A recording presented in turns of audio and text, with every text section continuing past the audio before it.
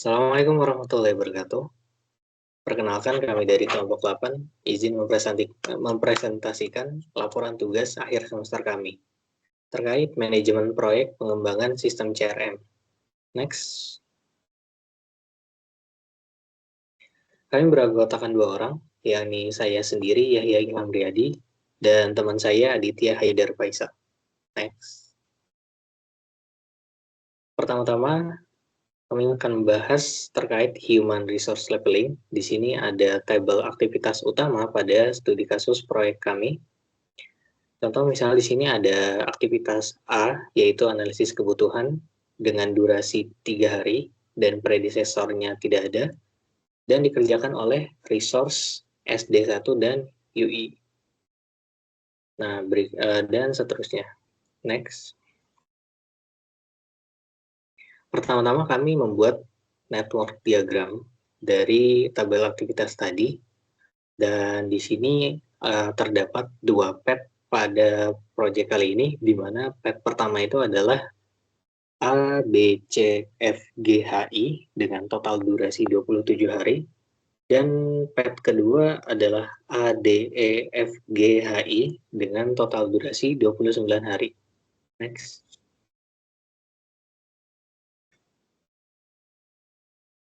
Nah, dari network diagram tadi, di sini kami lakukan perhitungan dan dapat dilihat pada tabel perhitungan waktu aktivitas di sini. Dan dari tabel tersebut diperoleh bahwa jalur critical path proyek kami adalah ADEFGHI dengan total durasinya itu 29 hari kerja. Next. Nah, ini adalah visualisasi untuk task-task yang ada pada proyek kami, di mana di sini kami visualisasikan melalui Gantt chart. Next. Nah, ini juga Gantt chart sebelum leveling ya, dan ini Gantt chart-nya versi resource view. Jadi terlihat aktivitas apa aja yang dikerjakan setiap resource yang ada. Next. Baik, izin masuk. Selanjutnya adalah kita melakukan analisis terhadap Gantt chart yang tadi dan mengelompokkan aktivitas apa saja yang dilakukan oleh masing-masing sumber daya. Seperti yang dilihat pada tabel, sumber daya yang pertama yaitu senior developer 1 melakukan aktivitas A, C, F, dan I, dan seterusnya, baik itu dari sumber daya senior developer 2, junior developer 1, 2, dan 3. Nah, setelah kami kelompokkan dalam tabel berikut, kami lakukan analisis, dan hasil yang kita dapat adalah tidak ada resource yang memiliki aktivitas tumpang tindih, yaitu dalam kasus ini tidak ada resource yang melakukan 2 aktivitas di waktu yang sama. Namun, setelah kami analisis lebih lanjut, kami menemukan beberapa ketidakseimbangan dalam distribusi beban kerja antar anggota tim. Nah, di antaranya yang pertama adalah senior developer 1 memiliki beban kerja selama 15 hari, sedangkan senior developer 2 hanya 13 hari. Padahal keduanya adalah sama-sama senior developer. Nah, yang kedua adalah junior developer 2 bekerja selama 15 hari, sedangkan junior developer 1 hanya 10 hari, dan junior developer 3 12 hari, menyebabkan ketimpangan beban antar junior developer. Nah, jadi di sini senior developer 1 15 hari dan senior developer 2 13 hari, padahal mereka tuh sama-sama senior developer.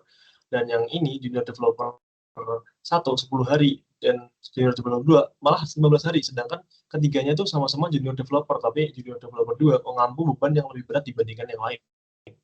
Nah, sementara itu untuk sumber daya yang lain seperti database analysis, UI, dan QA berada pada alokasi yang relatif ringan dan tidak menjadi fokus utama dalam isu ini. Jadi hanya pada senior developer dan junior developer. Lalu selanjutnya setelah kita menganalisis dan menemukan beberapa masalah tadi, kita melakukan analisis untuk mengatasi ketimpangan tersebut dengan melakukan leveling atau penyelarasan beban kerja antar anggota tim yang setara.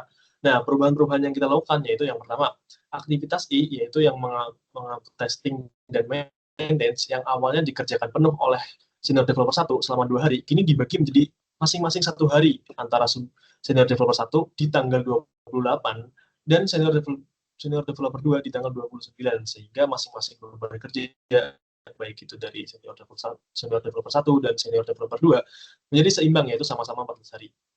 Yang kedua adalah aktivitas dokumentasi yang semula ditangani oleh junior developer 2 selama 3 hari dipindahkan ke junior developer 1 yang meningkatkan beban kerja dari junior developer 1 yang tadinya 10 hari jadi 13 hari dan mengurangi junior developer 2 yang dari 15 hari menjadi 12 hari. Nah, dampaknya dari perubahan yang kami lakukan tersebut, yang pertama adalah kedua senior developer sekarang tuh sama-sama bekerja selama 14 hari, yang tadinya timpang tadi 15 dan 13, sekarang sama-sama 14 nih.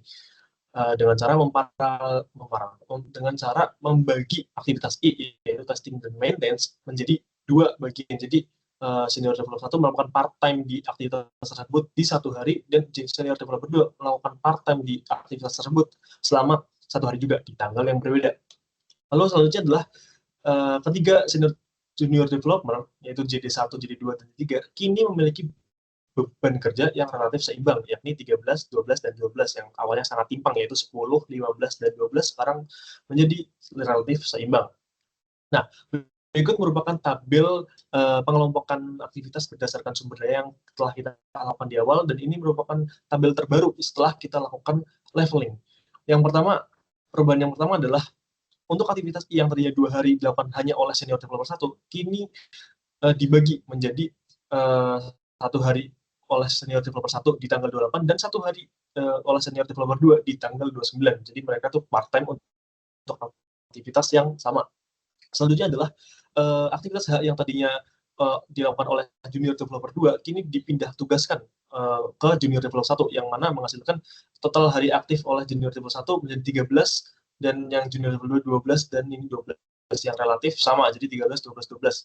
Dan untuk developer jadi sama-sama 14, dan ini sudah seimbang dan balance.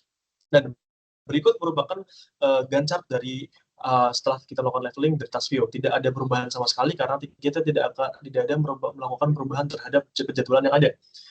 Nah, berikut merupakan gancar after leveling dilihat dari segi resource view-nya.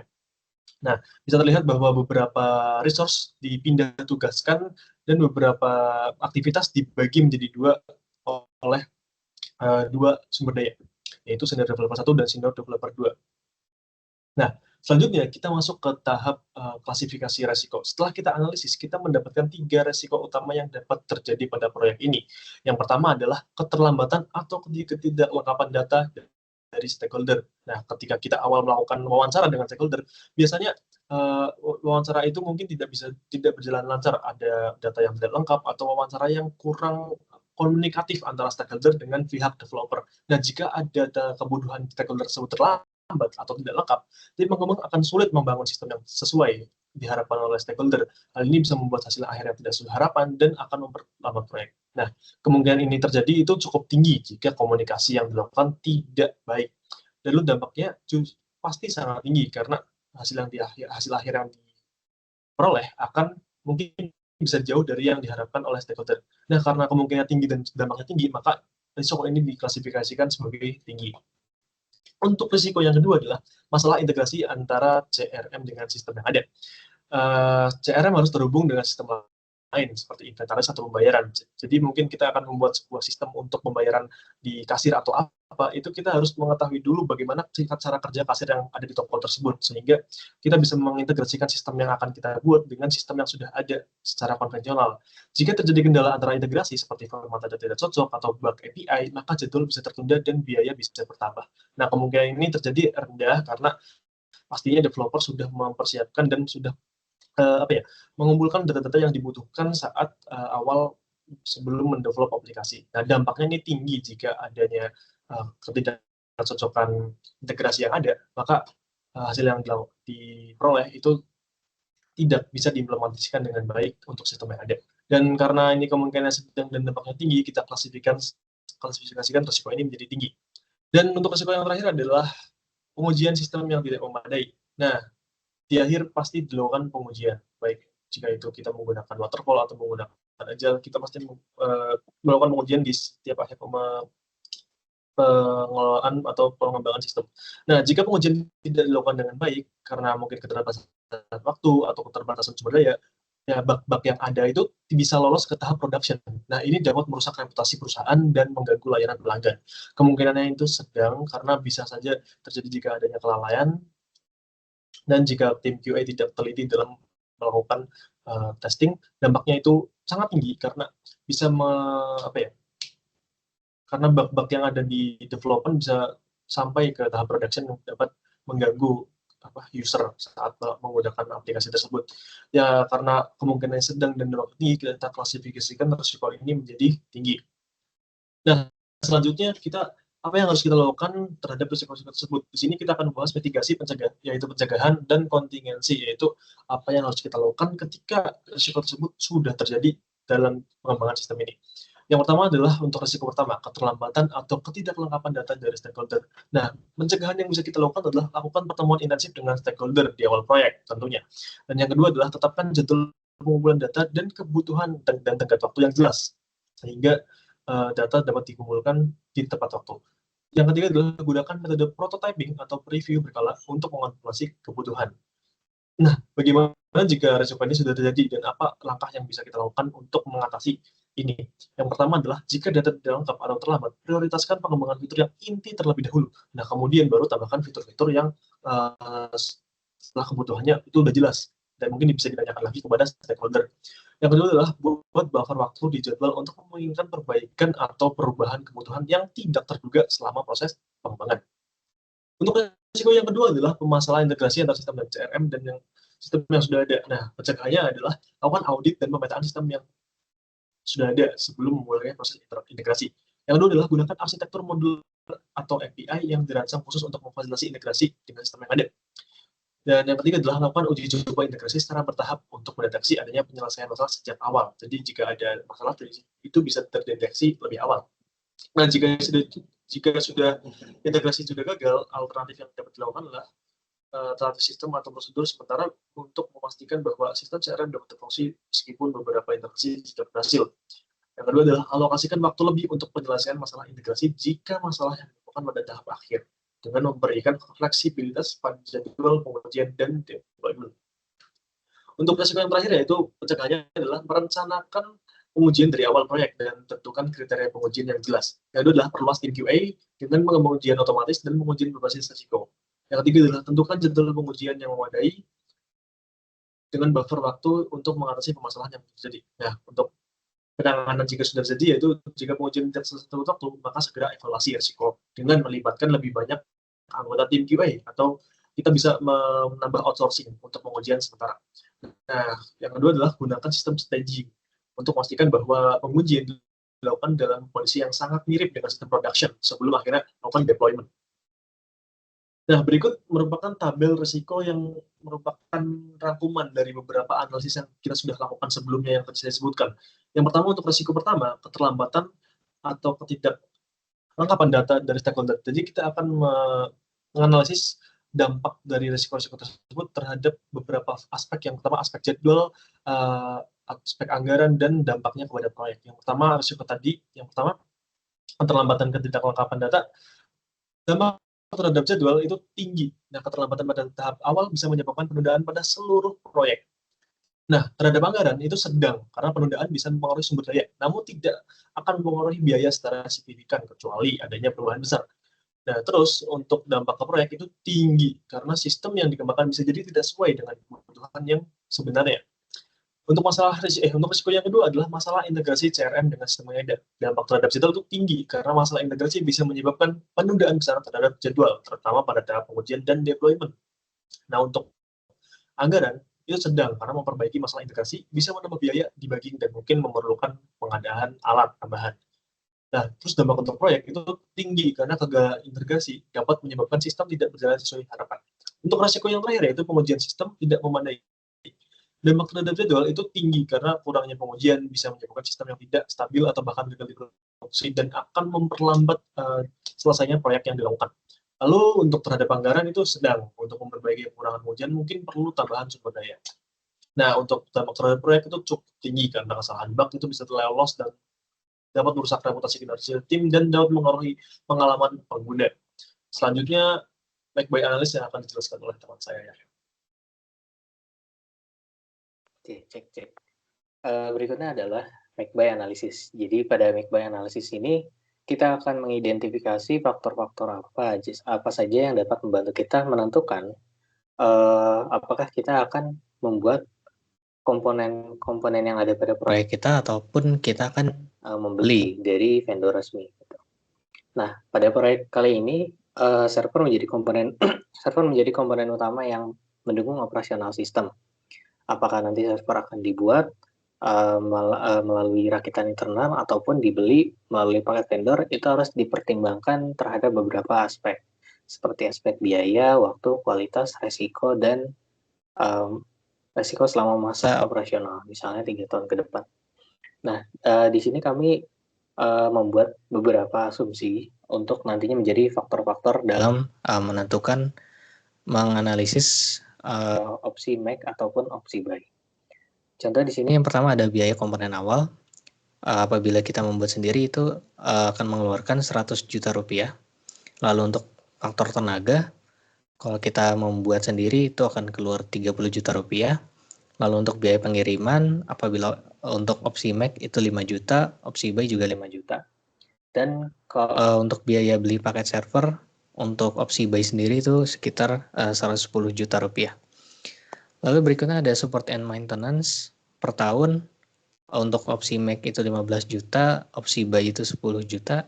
Resiko downtime estimasi biaya kerugian per tahunnya. Untuk opsi make itu 10 juta dan opsi buy itu 2 juta. Lalu terakhir total waktu implementasinya itu untuk opsi make 6-8 minggu dan opsi buy itu sekitar 2 minggu. Next. Nah, dari asumsi yang sudah diberikan tadi, di sini kita bisa melakukan perhitungan biaya ya, untuk asumsinya misalnya 3 tahun ke depan. Jadi untuk mulai dari investasi awal, itu kalau make itu 135 juta dan buy itu 115 juta, maintenance selama 3 tahun, opsi make itu 45 juta dan buy itu 30 juta, downtime selama 3 tahun akan keluar 30 juta untuk make dan 6 juta untuk buy, dan kalau di total-total, opsi make itu akan mengeluarkan 210 juta, sedangkan opsi buy itu 151 juta rupiah. Next. Nah, dari sini kita bisa analisa, kita bisa membuat matriks keputusan, di mana kalau kita lihat, opsi make ini menawarkan fleksibilitas dan kontrol penuh pada spesifikasi server. Namun, kalau kita membuat sendiri servernya, itu akan menimbulkan biaya yang lebih besar karena kebutuhan support internal dan juga potensi kerugian akibat downtime. Sebaliknya, opsi buy itu dia lebih hemat dalam segi biaya. Dia bisa hemat sekitar kurang lebih 64 juta dalam 3 tahun, namun dia sendiri kurang fleksibel dalam spesifikasi dan konfigurasi servernya. Next. Nah, dari matriks keputusan yang tadi, kami merekomendasikan opsi buy, karena opsi buy ini dia lebih hemat biaya, bisa lebih hemat sekitar 64 juta dalam 3 tahun, lalu resiko downtime resikonya itu kecil, sehingga pelaksanaan operasional itu bisa lebih stabil, lalu beban internal juga lebih ringan, dikarenakan ada yang tercover dari SLA dan juga garansi vendor, dan yang terakhir implementasinya cepat, itu sekitar 2 minggu. Next. Oke, mungkin sekian presentasi dari kelompok kami, kurang lebihnya mohon maaf. Wassalamualaikum warahmatullahi wabarakatuh. Waalaikumsalam warahmatullahi wabarakatuh.